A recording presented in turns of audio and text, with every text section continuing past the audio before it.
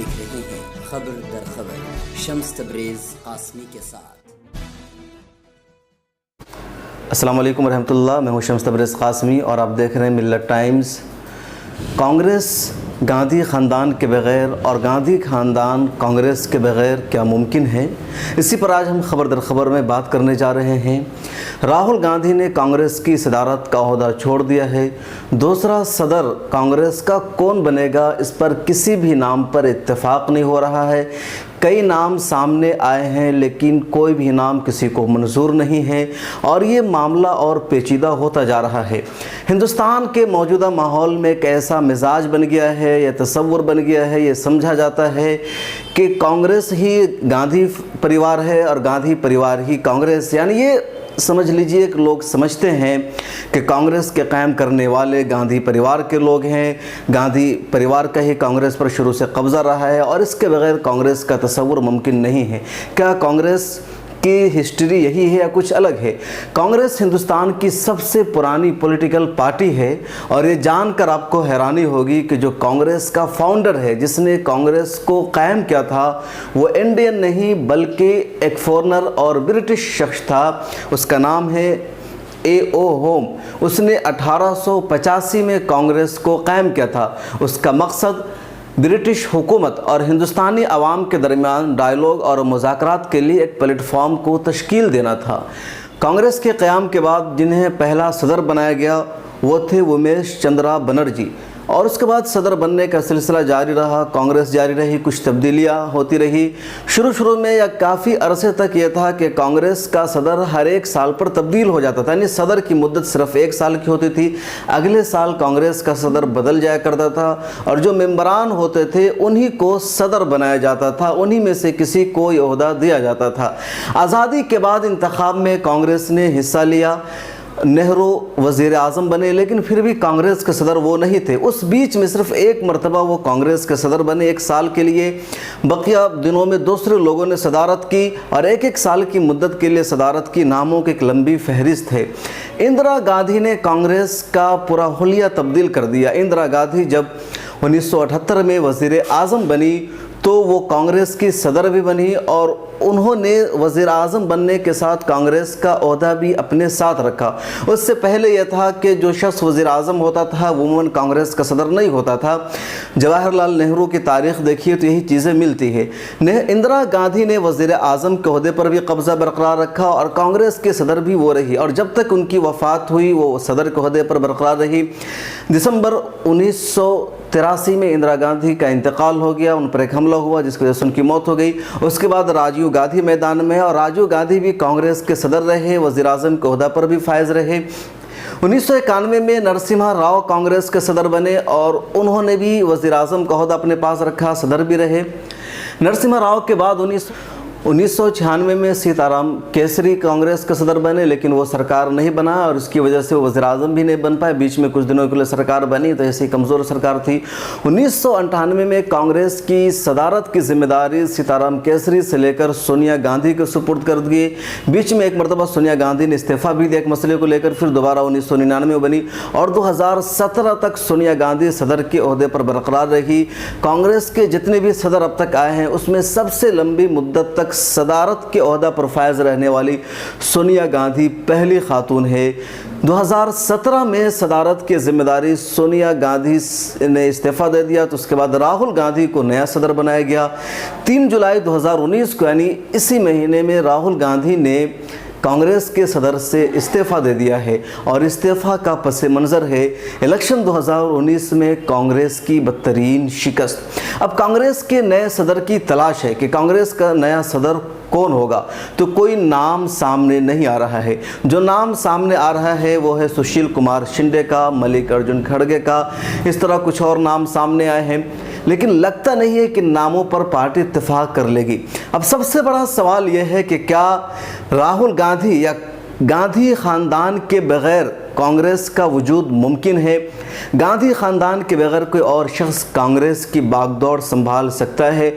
और अगर गांधी खानदान से अलग कोई और शख्स कांग्रेस की बागडोर संभालेगा तो क्या कांग्रेस मजबूत होगी, कांग्रेस में तरक्की होगी, कांग्रेस अपने मिशन पर गामजन हो जाएगी या फिर कांग्रेस और टूट फूट का शिकार हो जाएगी।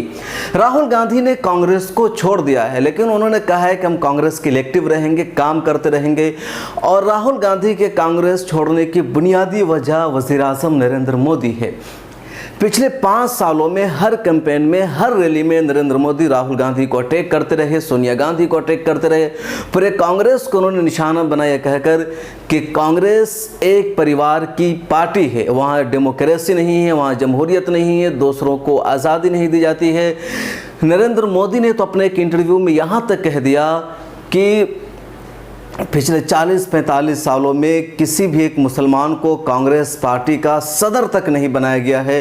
तो इस तरह हमला होता रहा और इसी इल्ज़ाम से जान छुड़ाने के लिए, इस इल्ज़ाम से बचने के लिए राहुल गांधी ने कांग्रेस छोड़ दिया है। और सिर्फ कांग्रेस राहुल गांधी ने नहीं छोड़ा, नहीं सदारत के ओहदे से इस्तीफ़ा नहीं दिया, बल्कि उन्होंने शर्त आयद कर रखी है नेहरू फैमिली का कोई भी शख्स कांग्रेस की सदारत नहीं लेगा, जो आइंदा सदर होगा वो नेहरू ख़ानदान के अलावा का होगा।